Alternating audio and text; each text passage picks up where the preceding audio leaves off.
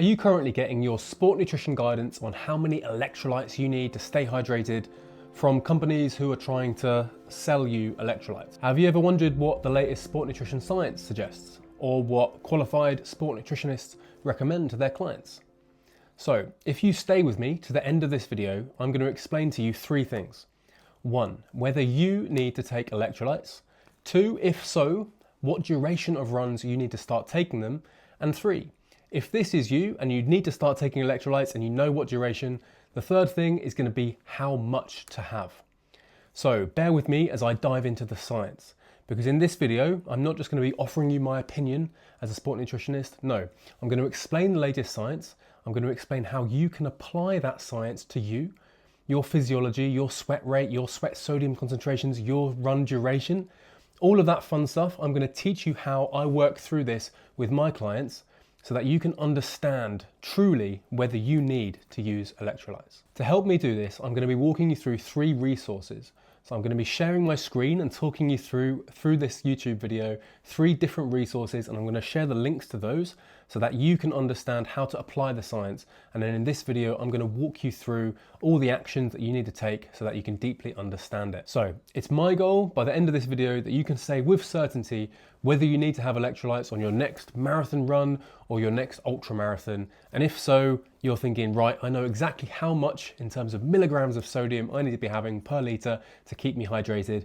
And this isn't based on some email that I've received that is promoting some sort of product. This is based on evidence. To help me do this, I'm going to slide upstairs now into my office and I'm going to walk you through by sharing my screen. Let's go. Hello and welcome to my desktop. So I'm going to be talking you through 3 pieces of information here, 2 of which are spreadsheets. Now, if you're not big into spreadsheets, fear not. I'm going to talk you through exactly how to use them and extract the information that you need. The goal here, though, is just to provide you with lots of information so that you can make a choice as to whether you need electrolytes and whether you need to supplement with electrolytes. And actually, you're also going to learn how much fluid that you need to have to prevent losses in dehydration affecting performance. So the first table or the first spreadsheet that I'm going to share with you is this one by Precision Fuel and Hydration. This is a free resource on their website. It's actually a really useful tool for estimating your sweat rate. Your sweat rate is the first piece of information that we need to learn to help us understand whether you need to supplement with electrolytes. Let me quickly explain this table. So we've got mode of exercise, fairly self-explanatory there. If you're a triathlete, obviously you might want to have swimming and running and also cycling on there. If you're a runner, just keep it as running. Duration, very first important thing, keep it in minutes. Make sure you don't start putting 1.5 for 1.5 hours. No, that needs to be in minutes.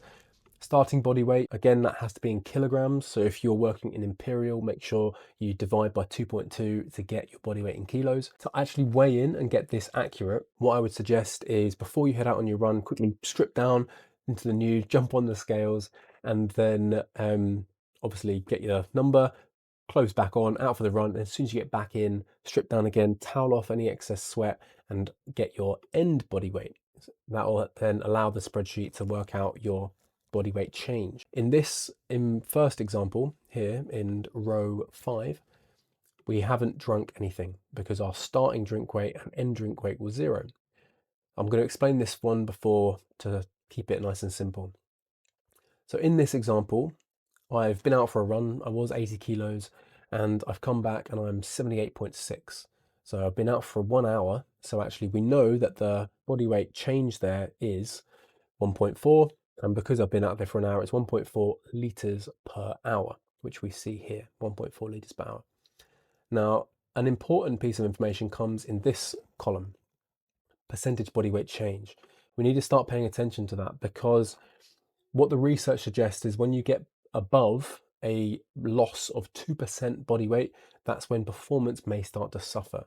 There is some research suggesting that instead of 2%, it's actually 3%, but that's normally in cold conditions. So you may be able to tolerate a greater than 2% loss up to 3 if you're doing it in winter and it's really cold.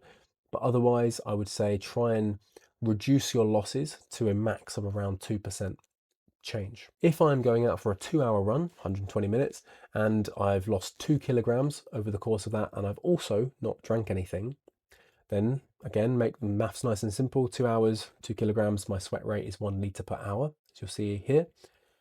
But my body weight change is now greater than 2.5%. So what might have been happening is that in the last half an hour, I probably was struggling a bit more than I maybe should have done, and I would have benefit from more fluid coming in during that training run or race. What that tells us then is that as the runs start getting longer in duration, we have more requirement for fluid coming in to prevent this reduction in body weight change. Another example, 3 hours, start with 80, come back 79.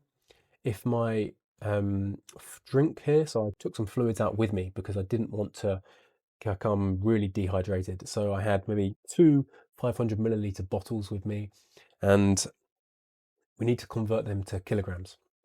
So 500 is 1000, that's 1 liter, or in this example, 1 liter is equivalent to 1 kilogram. So I put 1 in there is how much I started with.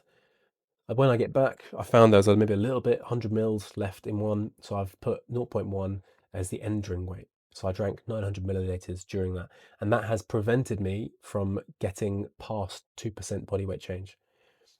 If, however, I came back and my body weight was 78.5, body weight change also just in that number. So that's going to be just enough if I'm sweating at 0.8 liters per hour. And that might be typical if I'm going to be increasing the duration, because the intensity is probably not quite as high as if I was pushing as hard over a shorter distance. What this table is great for is logging all of your data, so that the goal is going to be for you to be able to estimate your sweat rate in terms of liters per hour during your goal race. So helpful bits of information are to look at the temperature when you go out and the pace at which you run at, or the intensity, because we need to try and mimic what's happening on race day. So if there's going to be similar weather as you can anticipate on race day, put that in.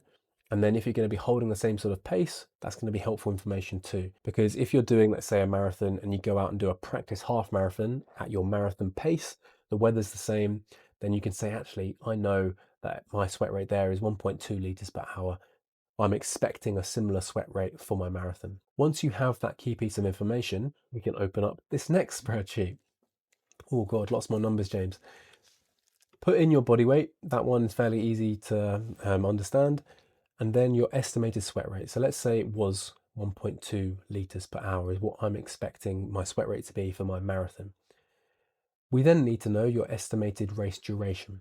So my goal coming up in end of May is the Edinburgh Marathon. I'm aiming to run a sub 3 hour marathon. So if I put in here 3 hour marathon or 180 minutes, all this table on the right hand side is just the hours into minutes, so you can quickly look through and get an idea there. This graph tells me that my total fluid loss is going to be 3.6. And then interestingly, this bit of the table tells us how much we need to drink to achieve a 2%, 1.5. So if we look at these ones, I need to know that over my 3 hour marathon, if I drink between these two, so roughly a 700 milliliters or 750 milliliters per hour, then I'll be in that space in terms of my level of dehydration. Therefore, I shouldn't be affected by, my performance shouldn't be affected by dehydration. That's all helpful information, James. But what's this got to do with electrolytes, you might be thinking now, having been talking to you already for 5, 6, 10 minutes. It's important because whether you need to be supplementing with electrolytes comes down to this column, how much fluid you're replacing, because your requirement for electrolytes is all about balance. Yes, you're losing electrolytes, you're losing sodium in your sweat, but you're also losing fluid. So really, if you're losing some, the shift in your plasma sodium concentration only comes when you're losing some, depends on how much is coming back in, hence our fluid replaced. It will be when our plasma sodium will start to shift. It will only really start to shift when you're having replacing more than 70% of your losses. So as you fill this in and as you populate this, let's do another example. If you're running a 4 hour marathon, it's 240 minutes. Maybe your sweat rate is a little bit lower than me, 1 liter per hour. What you'll see here is that these aren't above 70%. So the requirement for electrolytes isn't that you don't need to have electrolytes to maintain plasma sodium there. When do you need electrolytes then, James? Well, really, it happens when the duration is much longer. So let's take a 7 hours, 420 minutes Maybe you're doing an ultra marathon. You've got that sweat rate of 1 litre per hour. Now you'll see how much you need to replace to maintain a 2 or 1.5% body weight loss is above 70%. If you're going to be drinking in this sort of range, then we need to start considering sodium. But how much sodium, that's going to be dependent on your personal sweat sodium concentration, which I'm going to explain in the next graph. Similarly, if you're out for, let's say, 10 hours, you're doing 600 minutes, your sweat rate is probably going to be a little bit lower if you're out there for that long. But we start to see these, again, they're above that 70%. So even if you're drinking 500-600 milliliters an hour, we know that there needs to be some sodium in that. How much so, James? And this recommendation comes from this paper.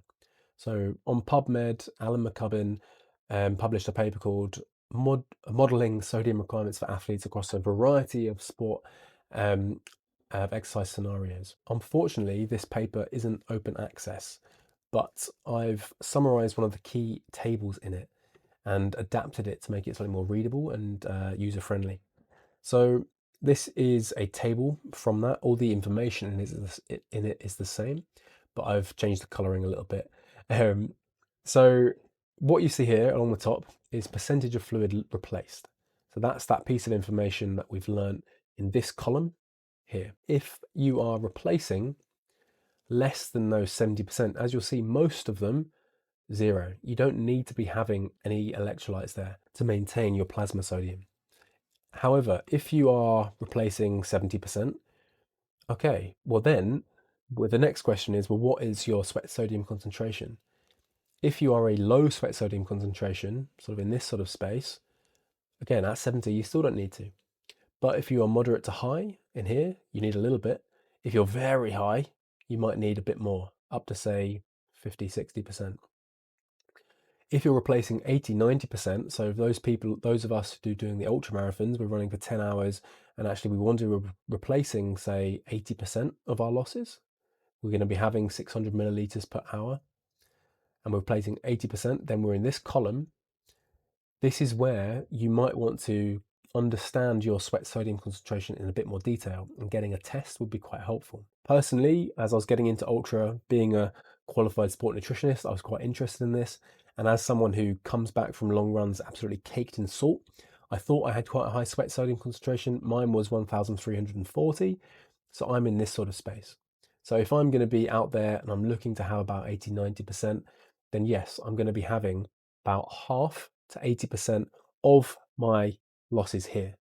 So I'm going to be having between 700 to 1,000 milligrams per litre sodium in the fluid that I'm coming in during those 10-hour runs. I'm quite unusual to have that higher sweat rate though, and to help you understand this, I've really geeked out and I've overlapped another piece of science which is estimating an average of the sweat sodium concentrations. So this is some data by Baker and not Baker and just Baker, looking at the amount of sodium coming in 506 athletes across a variety of sports. And what you can see is this bell curve. You'll see that the vast majority are in this sort of low to early moderate amount of sweat sodium. So actually, even if you're replacing 80% of your sweat sodium losses, the majority would only need this sort of amount. If you are interested in getting detail on where you are on here, Precision Fuel and Hydration do a sweat sodium test, and I would recommend that if you're going to be exercising for ultra and you're doing sort of 7, 12 multi-day, then getting a handle on your sweat sodium losses could be quite helpful. If you're exercising for less than 4 hours, then to be honest, you probably don't, because you simply don't have enough time to lose enough sodium to warrant replacing it. Can you still have some sodium, James? Sure. The guidance there is to season to taste. So actually, if you're at an aid station, you fancy something salty, have it. If you want to have a low sodium electrolyte because you like the taste of it, go for it. But you probably don't need excessive amounts that maybe you've been marketed to or you once thought. I'm going to share these tables with you so that you can calculate your own numbers. And I'm going to share this resource as well, all in the notes from this YouTube. If you have any questions or comments, please put them in the comments, and I would welcome you to subscribe to my YouTube channel for more unbiased and qualified sport nutrition information.